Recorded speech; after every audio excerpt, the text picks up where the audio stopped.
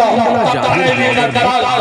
اٹھا کر ترجمانی کرتا ہے جن کے دلوں کا دھوون ہے آب حیات اے وہ جانے مسیحا ہمارا نبی دینے کو کون چاہیے دینے والا ہے سچا ہمارا نبی ساتھ چمک والے اچھلوں میں چچا کیے شیشوں میں چچا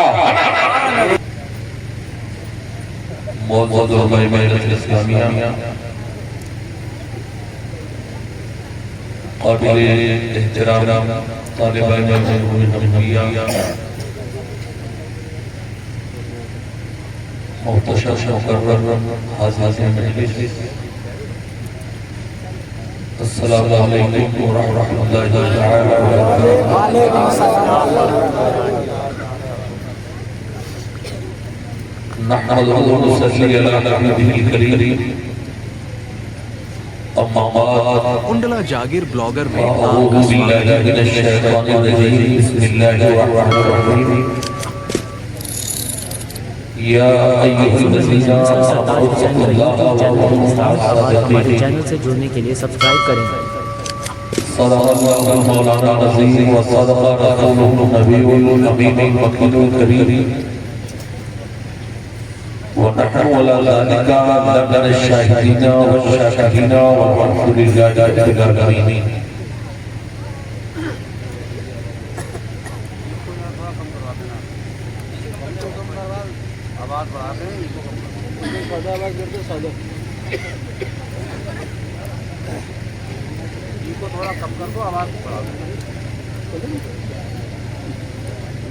الہی رونق اسلام کے سامان پیدا کر مسلمانوں کے دل میں جذبہ ایمان پیدا کر مسلمان میں امن جو ہو گئے ہیں اپنے قرآن سے الہی ان کے دل میں فتح قرآن پیدا کر خدا بندہ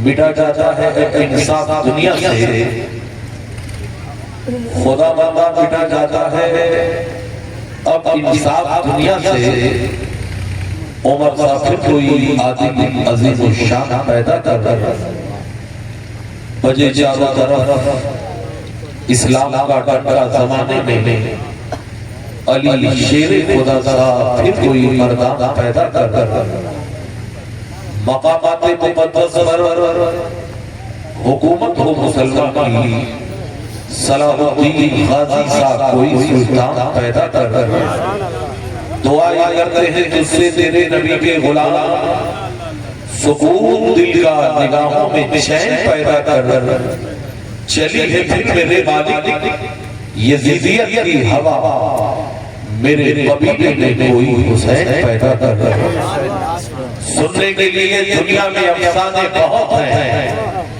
پینے کے لیے دنیا میں میخانے بہت ہیں اس گاؤں میں جل سکتی نہیں شمع یزیدی اس گاؤں میں شبیر کے دیوانے بہت ہیں حضرات سر شام سے لے کر اب تک نہ تو مبترا زرد سلسلہ چلتا رہا نہ خانوں نے منظوم خراج عقیدت پیش کیا خطبہ میں اپنا خون جگر کر جوڑ کر آپ کو تقریریں سنائی نقیب اہل سنت کی صدا بہار اشعار نے مجمع میں انقلاب پیدا کر دیا حضرات رات کی ایک بج چکے ہیں کتنے اس کشمکش میں ہے کہ بیٹھا جائے یا چلا جائے تو اے مسلمانوں تقریباً 1600 کلومیٹر سے میں چل کر آیا کوئی احساس نہیں جتا رہا یہ جنگ کی وجہ سے ٹرینوں کو ٹکٹیں نہیں مل رہی فلائٹیں اتنی مہنگی ہو گئی ہیں کہ سوچا بھی نہیں جا سکتا 3 پارٹ میں سفر کر کے میں یہاں تک پہنچا بھوپال سے چینج کیا لکھنؤ آیا لکھنؤ سے بدلا یہاں آیا تو آپ کا بھی کچھ حق ہے کہ تھوڑی دیر مجھے بھی سن لو ہم الٹتے نہیں بے جان کتابوں کے ورا ہم ہم پڑھتے ہیں جو چہروں پہ لکھا ہوتا ہے. اگر طوفان میں کشتی ہو تو بن سکتی ہے تدبیریں، مگر اگر کشتی میں طوفان ہو تو کیا الزام طوفان کا. حضرات صاحب آستانہ کے فیض و برکات اپنے داموں میں بھرتے ہوئے کچھ دیر اور ٹھہر جائیے، اس لیے کہ جس جگہ ذکر نبی ہوتا ہے تو بلکہ ملا چادر نور وہی تان لیا کرتے ہیں. جو وفادار ہے وہ قبر ہو یا محشر ہو اپنے محبوب کو پہچان لیا کرتے ہیں. جس جگہ ذکر نبی ہوتا ہے تو بلکہ ملا چادر نور وہی تان لیا کرتے ہیں. اور یہ علاقہ بریلی کا علاقہ ہے، یہ علاقہ امام عشق و محبت کا علاقہ ہے. یہ بریلی نہیں ایمان کا دفتر ہے یہاں، عاشق سید ابرار کا دفتر ہے یہاں، ایک نئی رت ہے یہاں، علم کا گلشن ہے یہاں، بھیگی بھیگی ہے فضا اس کا سامان ہے یہاں. ذرے عقائیاں لیتے ہوئے بیدار ہوئے اس کی جوت سے روشن کرو دیوار ہوئے. یہ علاقہ سرکار اعلیٰ حضرت کا ہے، یہ علاقہ عاشق محبوب کبریا کا ہے، یہ علاقہ سرکار اہل سنت کا ہے.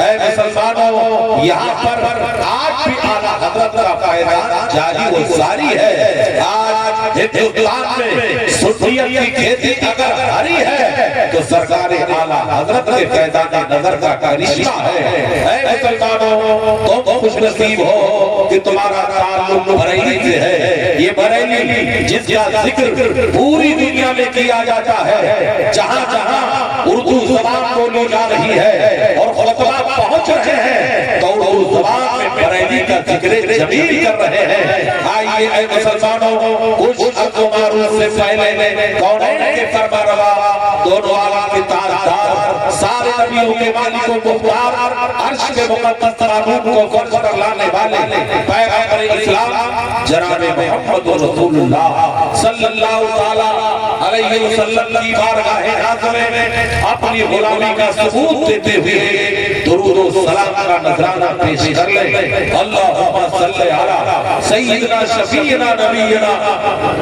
قریبنا مولانا محمد وآلہ وسلم صلاۃ و سلام علیکہ سیدی یا رسول اللہ.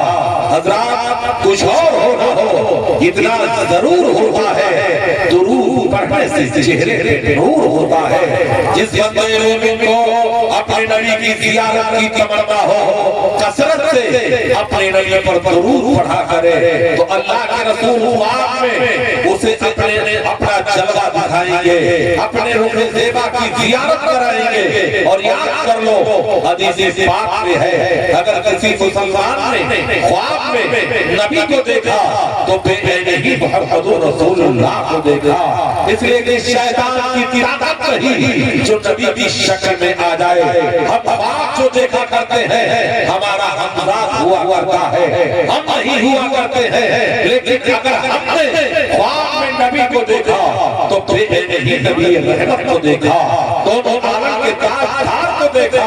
اس نیت سے یہاں بیٹھے آؤ، آنے والا خالی ہاتھ آئے گا مگر جب جائے گا تو اپنے دامن کو گوہر قرآن سے بھرا ہوا آئے گا. جھولیاں سب کی بھری جاتی ہے، دینے والا نظر نہیں آتا. ولی کامل اور شیخ طریقت کے بارگاہ ناز میں آپ اس کی تقدیم میں حاصل ہوئے ہو. جنہیں بھی اگر یہ جذبہ ملا ہے تو مدینہ طیبہ سے جذبہ ملا ہے، نبی رحمت کے جوان رحمت کے جذبہ ملا ہے. آؤ ہم جس کو سمجھا کر پھر تاریخ کا چیپٹر پلٹ کر آئینہ دکھانا چاہوں گا. میرے کچھ دوست نے اعراب میں کہا تھا پچھلی مرتبہ جو ایک ذکر کیا تھا اس ٹاپک پر تھوڑی دیر گفتگو ہو جائے، آپ سننے کا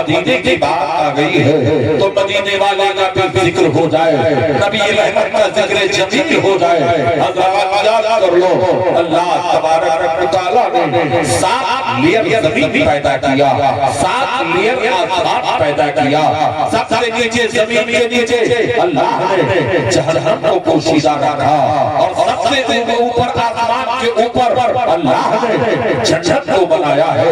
حضرات یاد کرو، پروردگار عالم نے جب زمین کو پیدا کیا، 7 لیئر زمین کو اللہ نے بنایا، دنیا میں پانی ہی پانی تھا، مگر سب سے پہلے جو خطہ ابھر کر کے زمین کا پانی پہ آیا تھا وہ کوئی اور نہیں ہے، وہ مکۃ المکرمہ کا خطہ ہے، وہ جزیرہ، وہ پہاڑیاں جو مکۃ المکرمہ میں آج بھی نظر آتی ہے۔ حضرات اللہ نے جب پانی پر زمین کو پیدا کیا تو سب سے پہلا خطہ جو دنیا میں ابھر کر کے آیا مکۃ المکرمہ کا ہے، اور وہیں پر ایک پہاڑی ہے جسے کوہ ابو قبیس کہا جاتا ہے، جہاں پر مسجد حکومت پر ٹاور بنا دیا ہے۔ ارے سن، یہ ٹاور کے چلنے نہیں چلیں گے، رسول اللہ کے قدم ناز کے چلنے چلیں گے۔ حضرات وہی زمین ہے جسے مکۃ المکرمہ کہا جاتا ہے، وہی دنیا کا سینٹر ہے، اور اللہ نے اپنا گھر بھی فرشتوں سے جو تعمیر کروایا تو مکۃ المکرمہ میں تعمیر کروایا، وہی ٹھیک خانہ کعبہ کے سامنے میرے نبی کا گھر ہے۔ حضرات جہاں آج مسجد حکومت نے لائبریری بنا دی ہے، اے لوگوں وہی گھر موجود ہے۔ حضرت عبد المطلب کون ہے؟ نبی کے دادا جان ہے، سردار قریش ہے۔ آپ فرماتے ہیں انا اطوف بالکعبۃ تلک اللیلہ، جس صبح شادی کو امام الانبیاء تشریف لائے، حضرت عبد المطلب کہتے ہیں میں اس رات کو کعبے کا طواف کر رہا تھا۔ آپ کا بیان ہے رات جب تیسرے پہر میں داخل ہوتی ہے تو میں نے کیا دیکھا، خانہ کعبہ مقام ابراہیم کی طرف سجدے میں جھک گیا ہے، اور کعبے سے آواز آ رہی ہے خبردار میرے خدا نے مجھے پاک کر دیا بتوں کی نجاست سے اور بت پرستوں کی گندگی سے۔ مشرک آیا یہ کہہ کر سر سے بل بت گر گئے، جھوم کر کہتا تھا کعبہ الصلاۃ والسلام، میں وہ سنتی ہوں جمیل ناجری مرنے کے بعد میرا لاشا بھی پڑھے گا الصلاۃ والسلام۔ حضرت عبد المطلب کون ہے؟ نبی کے دادا جان ہے، ان کی پیشانی پہ نبی کا نور ایسے چمکتا تھا جیسے عید کا چاند چمکا کرتا تھا۔ عبد المطلب جب چلا کرتے تھے چونکہ کے جسم سے کستوری کی خوشبو آیا کرتی تھی، خوشبو کی خوشبو آیا کرتی تھی، وہی عبد المطلب ہے۔ کہتے ہیں اس رات کو میں نے خانہ کعبہ کو سجدہ کرتے ہوئے دیکھا۔ کہاں سجدہ کرتے ہوئے دیکھا؟ مقام ابراہیم کی طرف سجدے میں کرتے ہوئے دیکھا۔ پھر فرماتے ہیں میں آگے بڑھا، 2 پہاڑیاں نظر آئی جن کا ذکر قرآن میں ہے، ان الصفا والمروہ من شعائر اللہ۔ اللہ نے ان دونوں پہاڑوں کا ذکر قرآن میں کیا ہے۔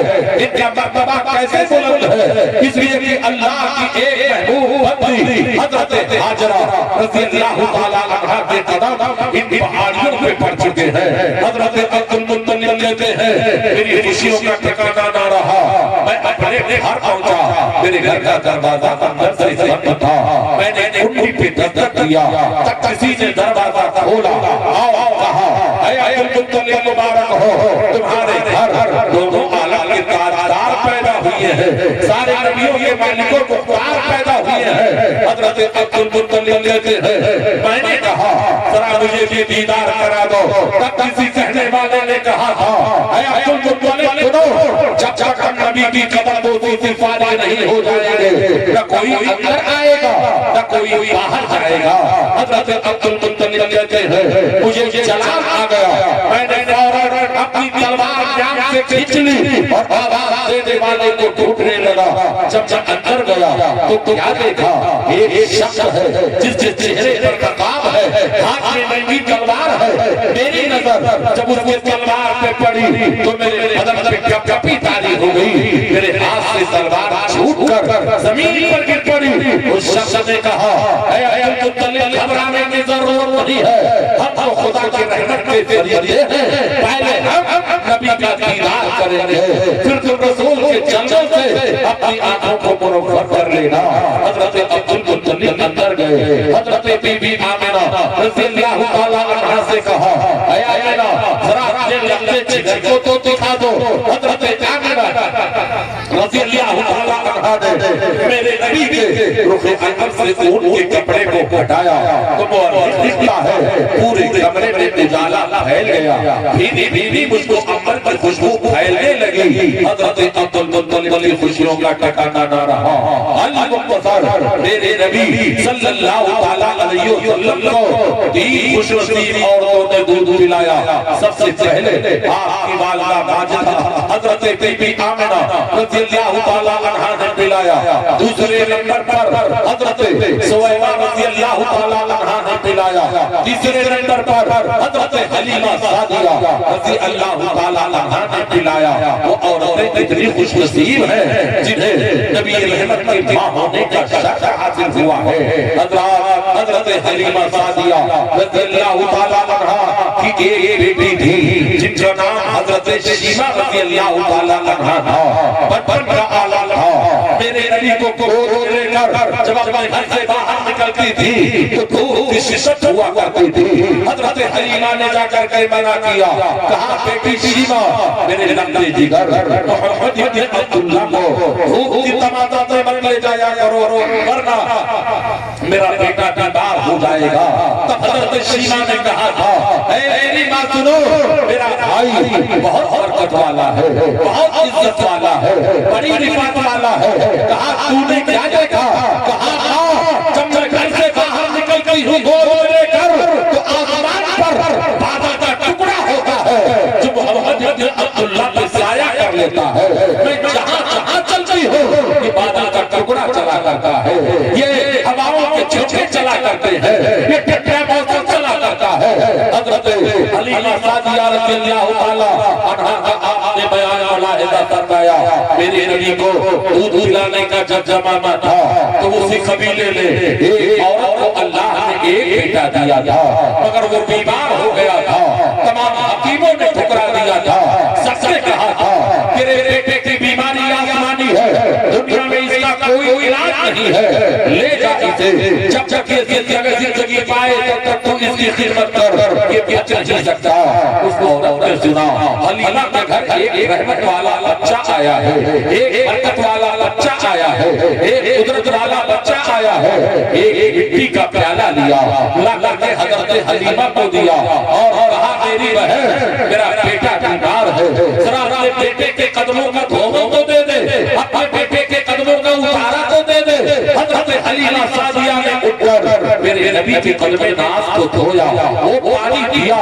جیسے ہی وہ عورت لے جاتی ہے اپنے بیمار بچے کو پلاتی ہے پانی کے چند قطرے حلق کے نیچے اترے ہی تھے اللہ نے بیماری کو دور کر دیا آزاری کو دور کر دیا تکلیف کو دور کر دیا تب بریلی کا دراز قلم اٹھا کر ترجمانی کرتا ہے جن دلوں کا دھوم ہے آب حیات اے وہ جانے مسیحا ہمارا نبی کون کہتا ہے دینے کو کون چاہیے دینے والا ہے سچا ہمارا نبی سات چمک والے اجلوں میں چچا کیے اندر شیشوں میں چچا سبحان اللہ بتائیں بولا جائے یا جلدی سے ختم کر دیا جائے بولا جائے تو ذرا سبحان اللہ بولو تھوڑی دیر میں آپ سے نبی رحمت کا حوالہ دے کر کے آپ سے ایک محبت کی بھیک چاہتا ہوں ذرا جو دور بیٹھے ہیں تھوڑا قریب آ جائے آپ گھبرائے نہیں میں صبح تک تقریر کرنے والا نہیں لیکن ذرا قریب آ جاؤ تاکہ مزہ آئے سننے میں بھی مزہ آئے سنانے میں بھی مزہ آئے اور وہ نوجوان طبقے کے لوگ کبھی کبھی نعرہ تکبیر و رسالت کی صدا بلند کر دے میں آئینہ ہوں دکھاؤں گا داغ چہرے کا جسے خراب لگے سامنے سے ہٹ جائے کاغذ کا یہ لباس بدن سے اتار دے برسات ہو گئی تو کہاں ہوں چھپائے گا اے مسلمانوں ذکر جمیل سن رہے ہو نبی کا ذکر سن رہے ہو نبی کے بلال پاک کا تذکرہ سن رہے ہو سکتا ہے یہی ذکر تمہارے لیے مغفرت کا سامان پیدا کر دے اٹھو تو اللہ تمہاری مغفرت کر دے اور اسی ذکر کے صدقے میں وہ مسلمان جو اپنے قبروں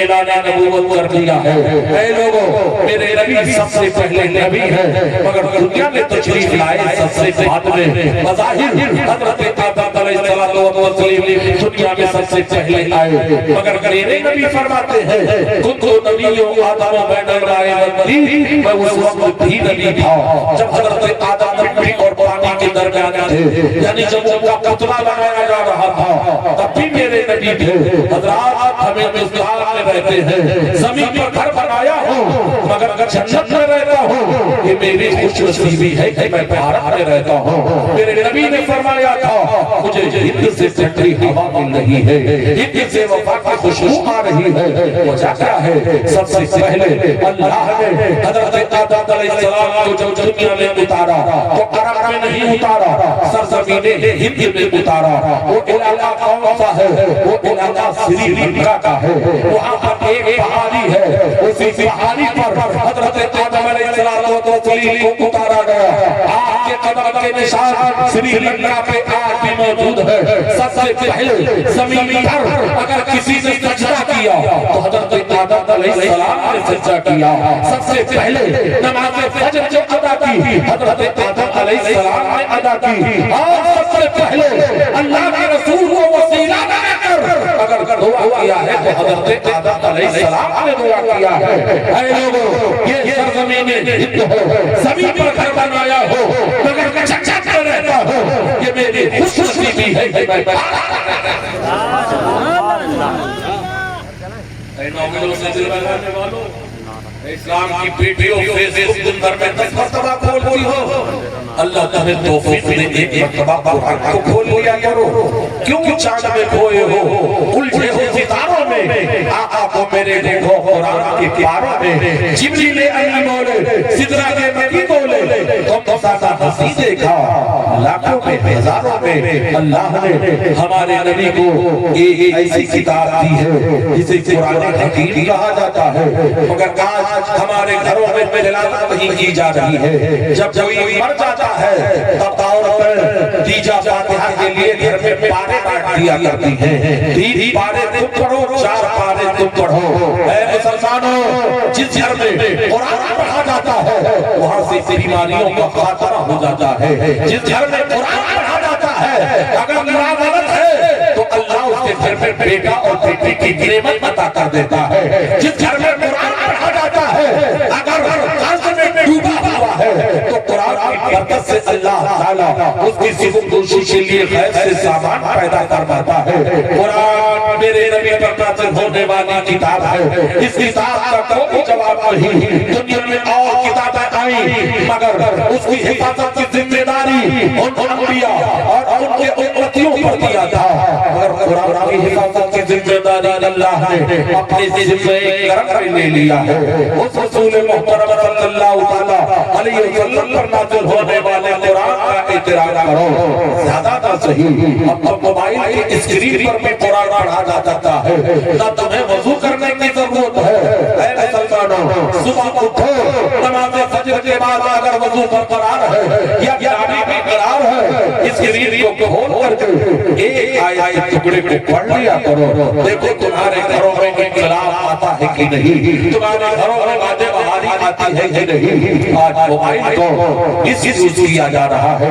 آج موبائل کو گناہوں کی مشین سمجھا جا رہا ہے.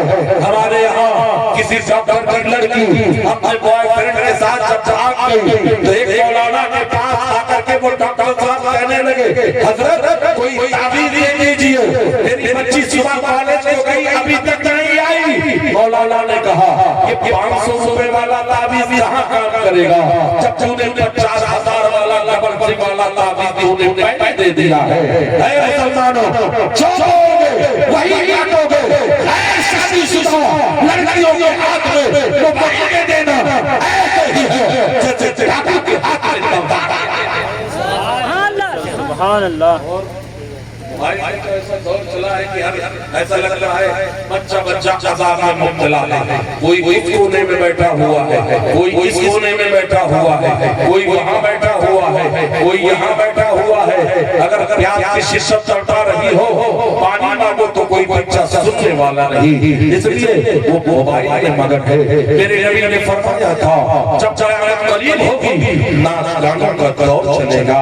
حضرات میرے نبی نے جو فرمایا تھا آج ناچ گانوں کا دور، ہر میں ہر جیب میں ایک زمانہ تھا فلمیں دیکھنے کے لیے پلان بنایا جاتا تھا، کیوں بیچا جاتا تھا، ماں کے پاکٹ سے چوری کی جاتی تھی، مگر اب کچھ نہیں کرنا ہے، کمرے میں بیٹھ کر کے نہ جانے کتنی فلمیں دیکھنی ہے۔ ارے نوجوانوں سے زیادہ یہ بڑھیا بدتمیز ہوا کرتی ہے، وہ اپنی بیٹیوں کو کہتی ہے یہ چارج کر لے، رات میں ہمیں گانا سننا ہے، ہمیں رات میں فلم کر لے چارج، جتنا کرنا ہے قبر میں چارج کا انجام نظر آئے گا۔ حضرات یہ بیٹے بھی کم نہیں ہیں، یہ بیٹیاں بھی کم نہیں ہیں، یہ نوجوان تو کم سے کم جمعہ میں دے جا کر مسجد سے سر جھکا دیتا ہے، مگر یہ حضرت حفرہ کی بیٹیاں کبھی بھی سر کے مسلسل پہ نہیں گرا کرتی ہے۔ آپ خرافات کروانا ہو تو ان سے سیکھ لو، غیبت کروانا ہے تو ان سے سیکھ لو، چغلی کروانا ہے تو ان سے سیکھ لو، ادھر ادھر کی لڑائی بجھائی کرنی ہے تو ان سے سیکھ لو۔ یہ ہر زمانے میں صرف یہاں نہیں پوری دنیا کے حالات، پوری دنیا کے حالات پر ہوتی جا رہی ہے، چغلی اور غیبت کا دور چلا ہے۔ بات دوسری طرف چلی گئی، میں کس ٹاپک پر گفتگو کرنا چاہتا تھا، مگر یہ بھی جو کہا جا رہا ہے تمہارے فائدے کی گفتگو کی جا رہی ہے۔ حضرات میرے نبی صلی اللہ علیہ وسلم آئے، انقلاب لے کر کے آئے، تطور حیات لے کر کے آئے، نبی رحمت کے اعلان نبوت کے بعد حضرات ایک صحابی گزرے ہیں جنہیں حضرت دحیہ کلبی رضی اللہ تعالیٰ عنہ کہا جاتا ہے۔ حضرت دحیہ کلبی کو اللہ نے اتنا حسین بنایا تھا، اتنا خوبصورت بنایا تھا کہ دیکھنے والا اسے ٹک ٹک کی بام کر دیکھا کرتا تھا، مرد بھی دیکھتا رہتا تھا اور بھی دیکھتی رہتی تھی۔ اے لوگوں حضرت دحیہ کلبی تو شادی شدہ تھے، مگر حسن کا یہ عالم تھا کہ حضرت جبریل جب انسان کی شکل میں اترتے تھے تو حضرت دحیہ کلبی کی شکل میں اترا کرتے تھے۔ حضرات ابھی حضرت دحیہ کلبی اسلام کا کلمہ پڑھ کر کبھی بھی غلامی کا پٹا اپنے گردن پر زینت نہیں بنائے ہیں، کبھی مسلمان نہیں ہوئے ہیں۔ ایک میرے سرکار کی نظر ان کے چہرے پہ پڑ گئی، میرے نبی نے ہاتھ اٹھا دیا، یا اللہ دحیہ کلبی کو مسلمان بنا دے، یا اللہ دحیہ کلبی کو اسلام کی دولت عطا کر دے۔ نبی دعا مانگے اور قبول نہ ہو، اجازت کا جوڑا، عنایت کا صحرا، دلہن کی ڈگری دعائے محمد۔ تعجب جو یہ ہے کہ دوزخ کی آتش لگائے خدا اور بجھائے محمد۔ میرے آقا صلی اللہ علیہ وسلم دعا کر رہے ہیں، صبح ہوتی ہے دحیہ کلبی بھی اور کر رسول اللہ کی خدمت میں حاضر ہوتے ہیں، عرض کرتے ہیں یا رسول اللہ آپ کس مذہب کا پرچار کرتے ہیں، کس خدا کی عبادت کا درس دیتے ہیں، کس خدا کی طرف آپ بلاتے ہیں؟ میرے نبی نے فرمایا دحیہ کلبی بت پرستی چھوڑ دے، بتوں کا سجدہ چھوڑ دے، اے اللہ کی عبادت کر، جس نے ساری دنیا کو پیدا کیا، زمین و سما کو پیدا کیا، زمین اور پہاڑ کو پیدا کیا، خوشبوئیں کو پیدا کیا، چاند سورج کو پیدا کیا، ہواؤں کو پیدا کیا، کھیتیاں پیدا کی اور پروردگار کی تو عبادت کر۔ حضرت دحیہ کلبی کہتے ہیں یا رسول اللہ اگر میں اس خدا کا کلمہ پڑھ لوں تو کیا آپ کا خدا میرے گناہوں کو معاف کر دے گا؟ میرے نبی نے فرمایا دحیہ کلبی بتا تیرا گناہ کیا ہے؟ کہا یا رسول اللہ میرے دو بڑے بڑے گناہ ہیں، کیا آپ کا خدا میرے گناہوں کو معاف کر دے گا؟ میرے نبی نے فرمایا ضرور معاف کر دے گا۔ حضرت جبریل ادھر پڑے، عرض کیا یا رسول اللہ